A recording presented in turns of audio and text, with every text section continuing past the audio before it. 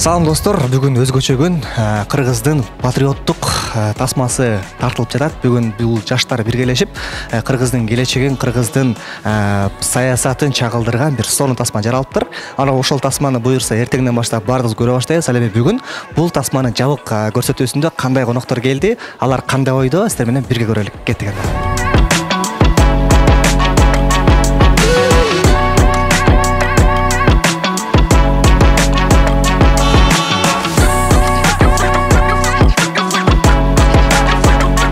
Саламатсызбы? Бул сиздин дебюттук ишиңиз экен. Кандай болду? Эмне болду? Идея каяктан жаралды? Режиссерлук дегенибиз кандай экен жалпысынан? Чоң рахмат. Кино деп бир ыр бар го. Кино дегендей эле. Бул тасма биринчиден жаратканга шүгүр айтамын. Залкар Продакшн студиясынан ичинен Жыргалбек Иней агайыбызга себептегенде дал ошол кишинин идеясы менен, дал ошол кишинин инициативасы менен ар дайым Залкар Продакшн ушундай кинолор чыгарып келебиз. Бизде мындай да, жыл сайын былтыр Келечек деген тасмабызда Болотбек Тилек деген досубуз режиссерлук кылган. Мында болсо ар бирибизге мүмкүнчүлүк болсун, ар бирибиз өсөлү, өнүгөлү, бири-бирибизди колдойлу деп ушунусунда тизгинде мага тапшырышты. Командага рахматыбызды айтам. Анан албетте оор болду. Мен үчүн аябай чоң тажрыйба болду, себептегенде өзүң башына келгенде баарын көрөткөнсүң. Чындыгында көп сыноолор болду. Кадр артында ар бир тасманын өзүнүн эмелери болот экен, өзгөчө. Мунусунда ошол эң чоң нерсе, мен өзүмө чоң тажрыйба алдым. Актерлор менен кандай иштеш керек экен. Мен мисалы өзүм актёрмун, бирок режиссер болуп аткан актер менен кандай иштеш керек. Элементарный кадрлар кандай болуш керек. Ошол жагынан көп өзүмө жыйынтык натыйжа чыгарып, буюрса кийинки Залкар Продакшн тасмаларында мында кетирген каталарды кетирбегенге аракет кылабыз. Анан бул тасмада дагы чоң баягы сыноолордун бири болгон. Биз бир адамга аябай чоң ишенгенбиз монтаж жагынан, бирок ал киши бизде мындай ортодон таштап кеткенине байланыштуу кыска убакыттын ичинде ушундай чыгарганга аракет кылдык. Эми эң жакшы жери бул башынан жазылганда ушундай сезон болуп жазылган, сериал болуп жазылган. Биз азыр коомчулукка биринчи сериясын тартууладык. Ар дайым мындай биздин тасмаларыбызда байкасаңыздар көбүнчө улуттук идеологияга басым жасайбыз. Мен ишенем бул тасмадагы өзүнүн көрүүчүсүн таба турган, элди жакшы жакка чакыра турган тасмалардан болот деп. Биринчиси деп калдыңыз, калгандарын элдер качан көрө алат? Калган сезонду, калган серияларды буюрса ушул жылдын 2024-жылдын башы менен көрөсүздөр, январь айы менен, буюрса жалпы коомчулукка тартуулайбыз.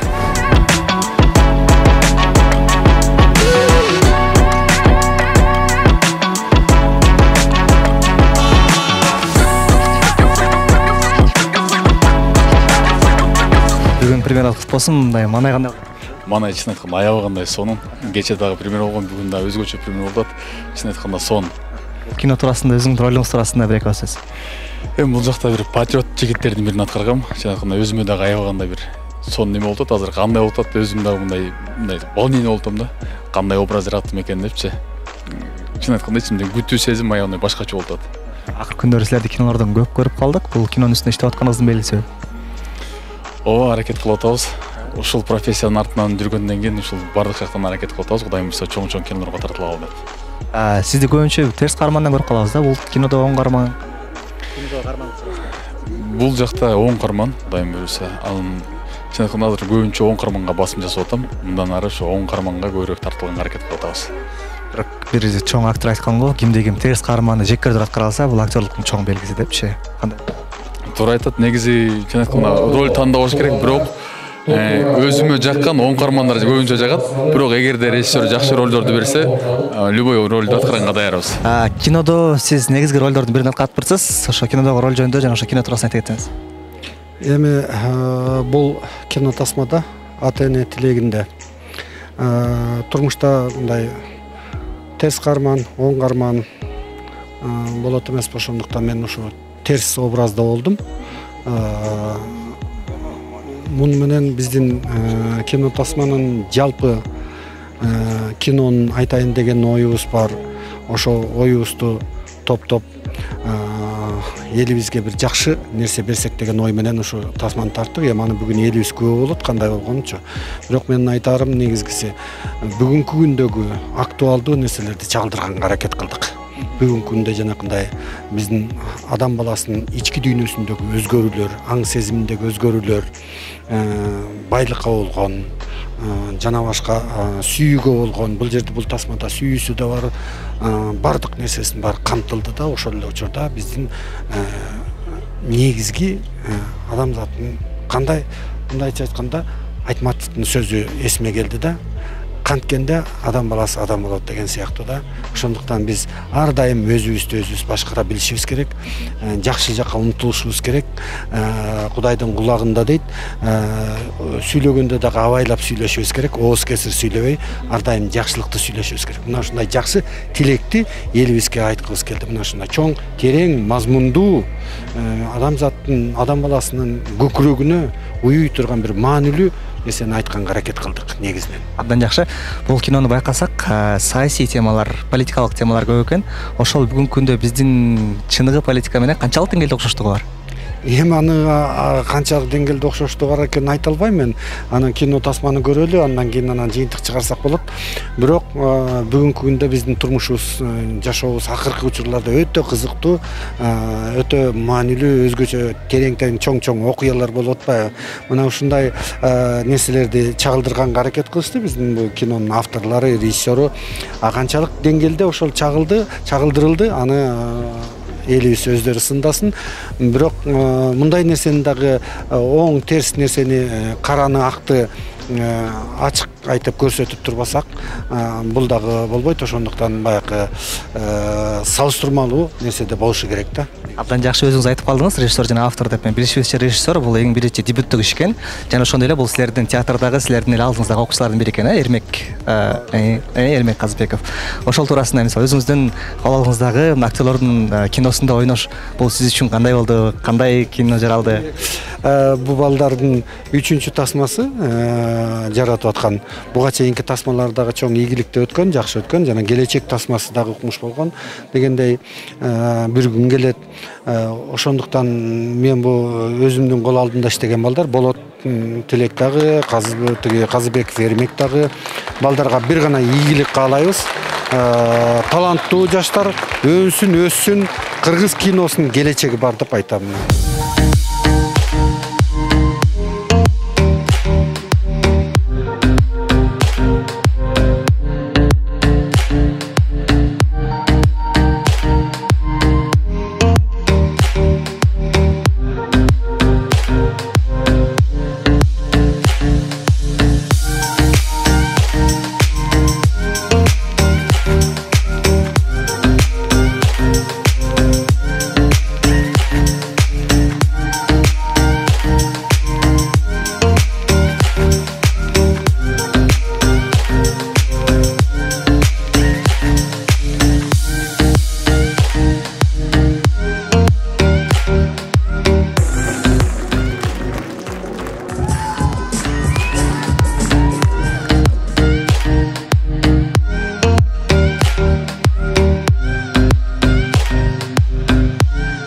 Ата-эненин тилеги дейт. Аты да жакшы экен. Вот, анткени ата-эне эч качан жаман ойлобойт. Балдарын келечегин, деле өзүнүн эле балдарын эмес, жалпы элинин келечегин жакшы болсо экен деп ойлошот. Эң сонун актерлор дагы эң мыкты аткарган. Чындыгында кыргыз элинин ушундай киноиндустриясында мыкты жаштар өнүгүп өсүп келатканы бизди абдан кубандырат. Чындыгында патриоттук сезим менен тартылган ата-эненин тилеги деген сонун тасма болуптур. Ийгиликтерди каалайбыз, кийинки сезондорду дагы күтөбүз. Кино мага аябай жакты. Мурда политика жөнүндө такыр эле маалыматыбыз жок экен. Азыр ушул кино аркылуу биз маалымат алып алдык өзүбүзгө. Кино аябай сонун болуптур. Келип көрүп кетсеңиздер болот. 7-сентябрдан баштап бардык кинотеатрларда көргөзүлөт. Эми кинонун баягы эл тараза элсизчи деп өзүң баягы баа бере албайсың да анан. Өзүңүздүн аткарганыңызга балким баа бере албайсыз, бирок жалпы кино туурасында жалпы кино тууралуу мынакей биз алды сүйлөп кеткен меймандар биздин конокторубуз айтпадыбы? Абдан жакшы баягы учурдун күрөө тамырын тарткан жакшы учурунда сезген жакшы фильм болуптур деп. Мындан кыргыз элибиз эми өзү эле тарбиялуу эл негизи.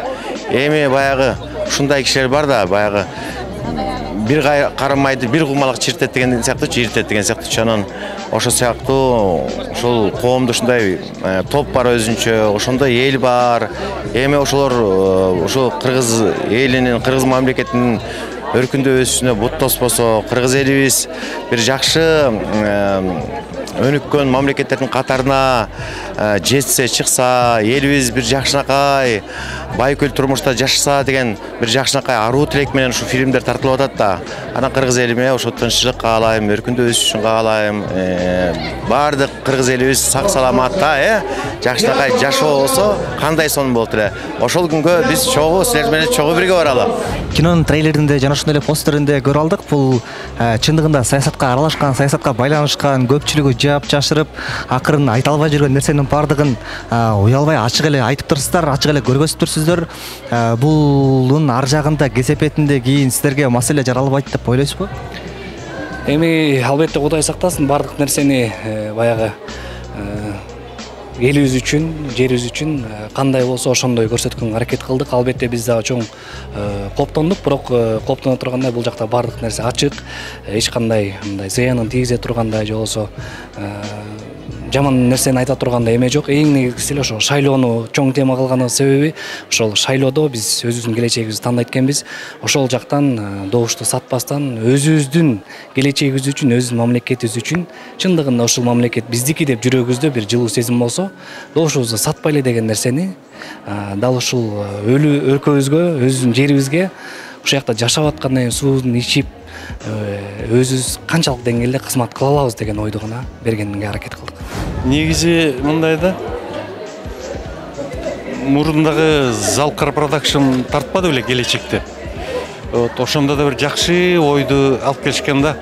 Бир эртеңки күнгө кандай кадам таштайбыз, эртеңки күнү эмне кылабыз, кандай болот, кандай мындай тоскоолдуктар момда болот, ошону кандай жеңебиз деген нерсе. Мага жакканы ошол ойду бул фильмде дагы улантышыптыр. Мана ушул нерсе жакты да. Анан кийин аягында деп келатып эми жеңип кете бердим эле, жеңбей калганда чындыкка жакын болуп калды да. Чындыкка жакын нерсе болуп калды да.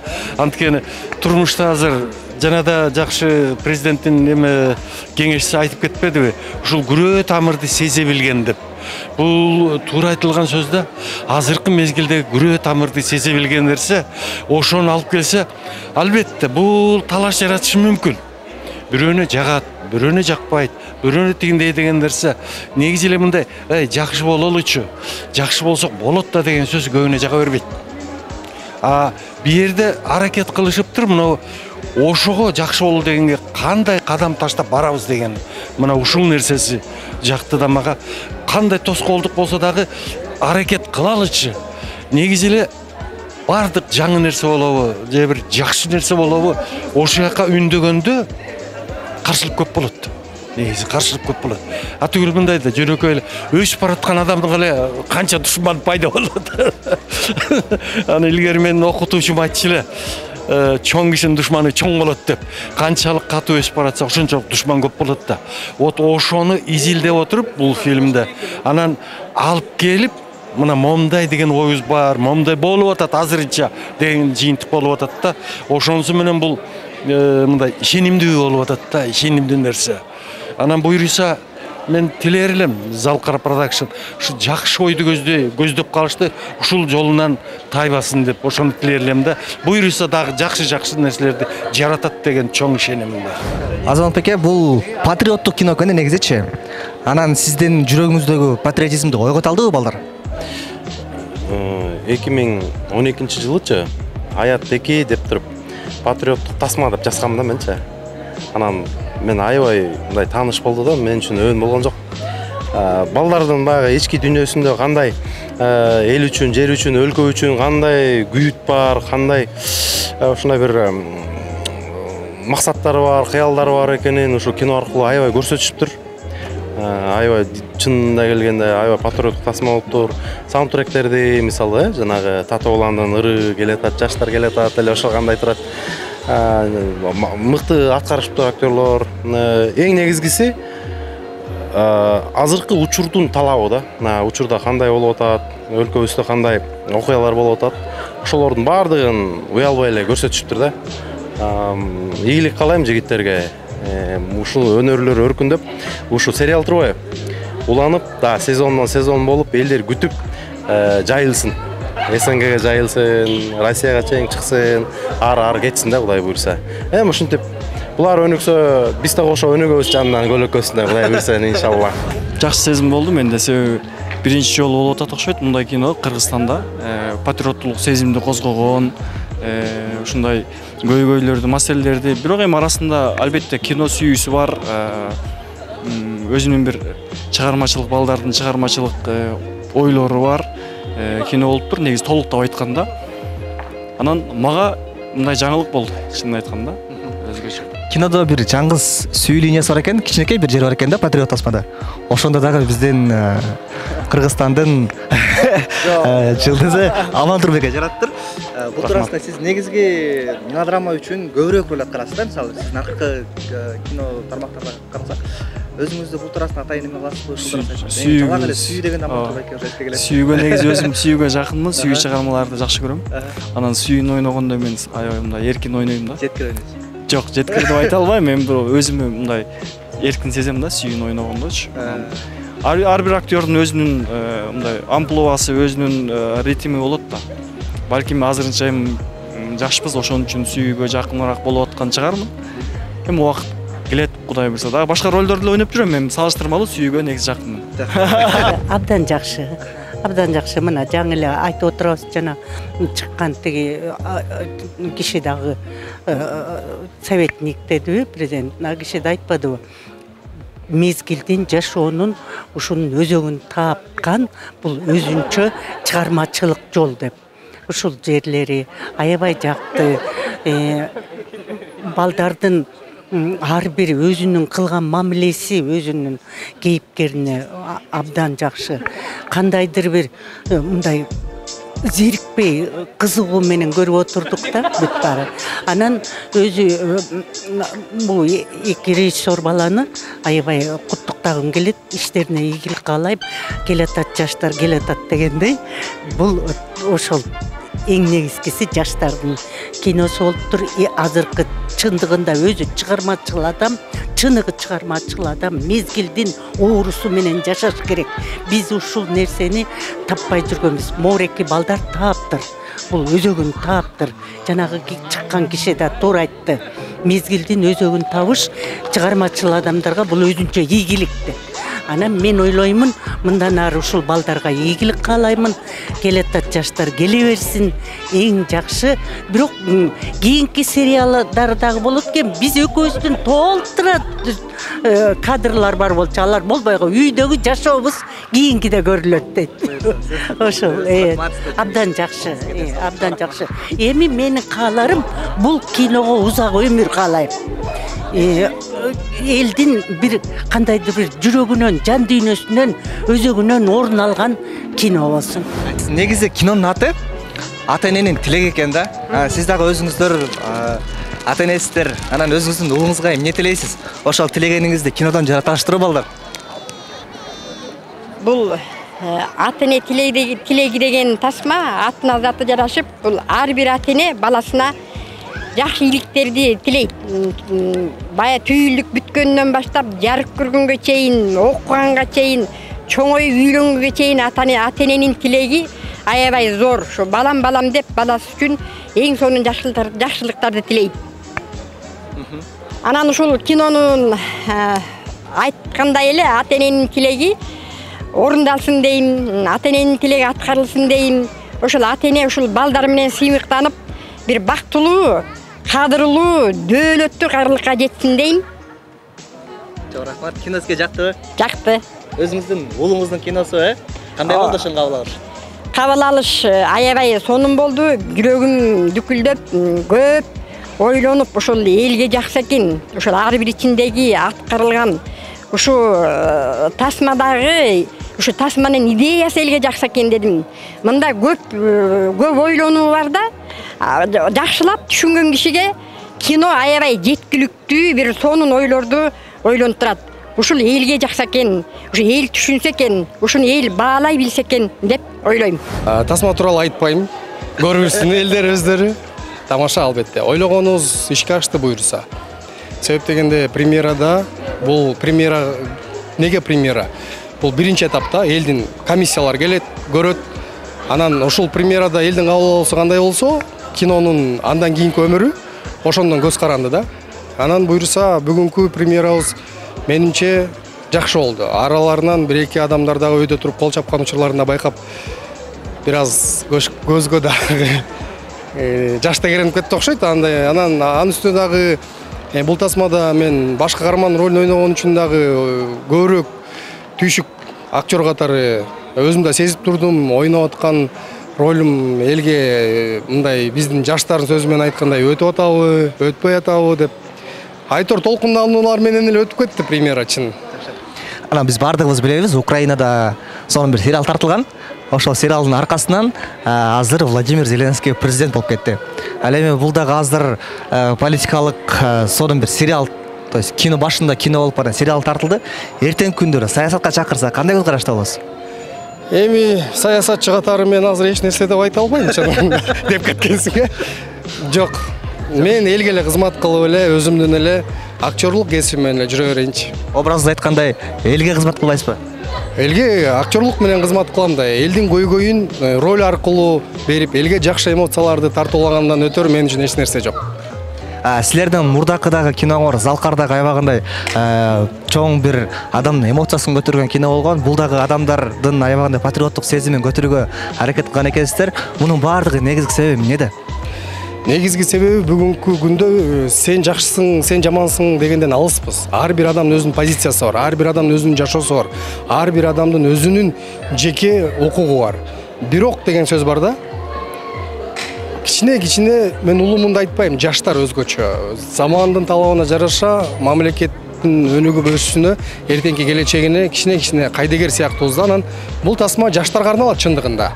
Жаштарды ойготуп, билимге умтулуп, соц тармактын кулу болбой, мамлекеттин өмүрүндө биздин доор келе атат. Ушун жакшы жашап, кийинки муунга өткөрүп берели. Улуулар жашаган жашады, бизге өткөрүп берди. Биз кийинки муунга өткөрүп берели деген ойду гана айткыбыз келди. Ар бир кыргыздын жаштарын, кыргыздын уул кыздарын патриоттукка үндөө эң негизгиси максаты. Мурунку тасма мугалимдердин баркын көтөрдүңүздөр. Бул жолкусун саясаттардын таза болушун кааладыңар. Эми кийинки тасма эмне жөнүндө болот? Дагы эмне проблема? Кийинки тасмада буюрса, врачтар бар, милициялар бар, пожарниктер бар. Көрөбүз эми аны. Азыр эң негизгиси уктап алалычы болду. Жакшы уктап алалы болду ана. Анан бул кинонун атындагы мындай өтө опурталдуу бир аталгансыздар. Анткени бардыгыбыздын ата-энебиз бар, жана бардыгыбыздын балдарыбыз бар дегендей.